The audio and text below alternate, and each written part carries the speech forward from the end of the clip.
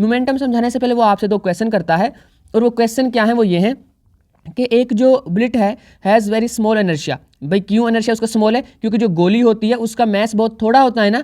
तो याद रखिएगा, ये मैंने बताया था कि इनर्शिया किस पे डिपेंड करता है, वो डिपेंड करता है मैस पे। तो स्मॉल है इधर इनर्शिया, उसकी वजह मैस कम होगा ना उसका। तो वाकई गोली का मैस बहुत कम होता है, छोटी सी होती है, आपकी फिंगर जितनी गोली होती है।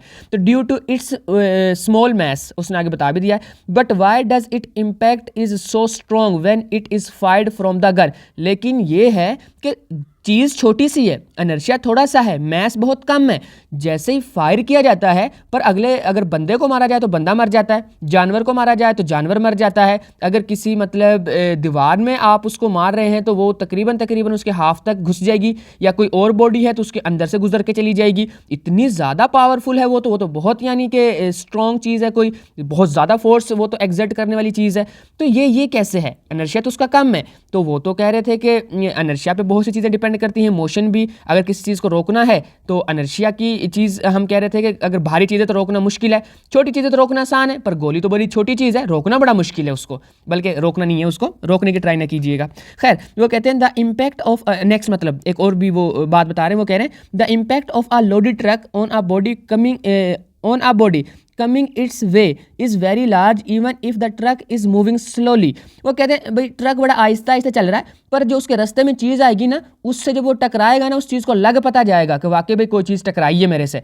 तो हम तो कह रहे थे इनर्शिया के अंदर कि भाई अगर कोई चीज़ स्लोली मूव कर रही है तो उसको रोकना आसान है ना। लेकिन यहाँ ट्रक बड़ा आहिस्ता आहिस्ता मूव कर रहा है, बड़ा सुकून सा, बड़ा धीमा धीमा चल रहा है, लेकिन उसके जो रास्ते में आ रही है कोई चीज़, वो दोबारा नहीं चल पाती है, मतलब बहुत हैवी फोर्स लगाता है उसके ऊपर। तो फिर एक और नई चीज़ का जो है ना पता लगा हमें, और वो एक नई जो फिजिकल क्वांटिटी बेसिकली हमारे पास आई, वो मोमेंटम थी। अब मोमेंटम क्या होता है वो देख लें।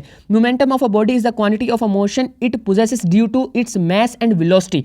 मैस और वेलोसिटी की वजह से जो किसी यानी कि जो एक बॉडी है उसकी जो क्वांटिटी है मोशन की हालत में, याद रखिएगा, मोशन की हालत में वो किसकी वजह से, बोला मैस और वेलोसिटी की वजह से, उसको मोमेंटम बोलते हैं। मुझे ये डेफिनेशन कोई बहुत अच्छी नहीं लगती है, इसके जो नीचे डेफिनेशन लिखी हुई है ना, ये बड़ी प्यारी डेफिनेशन है, आप इसको याद कर लीजिएगा तो ये ठीक है। वो कहते हैं द मोमेंटम प्रेजेंट किया, इसको यानी किसी जो डोनेशन या सॉरी इसको जो डिनोट किया जाता है, इसकी जो रिप्रेजेंटेशन है वो पी है, कैपिटल पी। तो the momentum P of a body is given by the product of its mass यानी m एंड वेलोसिटी v। ये डेफिनेशन अच्छी है, आप मतलब अच्छी का कहने का मतलब ये है कि ये बड़ा प्रॉपरली जो है ना इसका कॉन्सेप्ट कन्वे कर रही है। इसी से फॉर्मूला भी याद हो जाएगा, यानी कि किसी भी बॉडी का जो मोशन में है उसकी वेलोसिटी को और उसके जो है ना मैस को मल्टीप्लाई कर लो, उनका प्रोडक्ट ले लो, तो आपके पास मोमेंटम निकल आएगा। ये बच्चों हमारे पास हो गया मोमेंटम और उसकी डेफिनेशन। हमने इसका एक दो चीज़ें और देखनी है, वो ये है कि ये वेक्टर क्वांटिटी है, और वेक्टर क्वांटिटी के साथ इसका SI यूनिट जो है वो है किलोग्राम मीटर पर सेकेंड।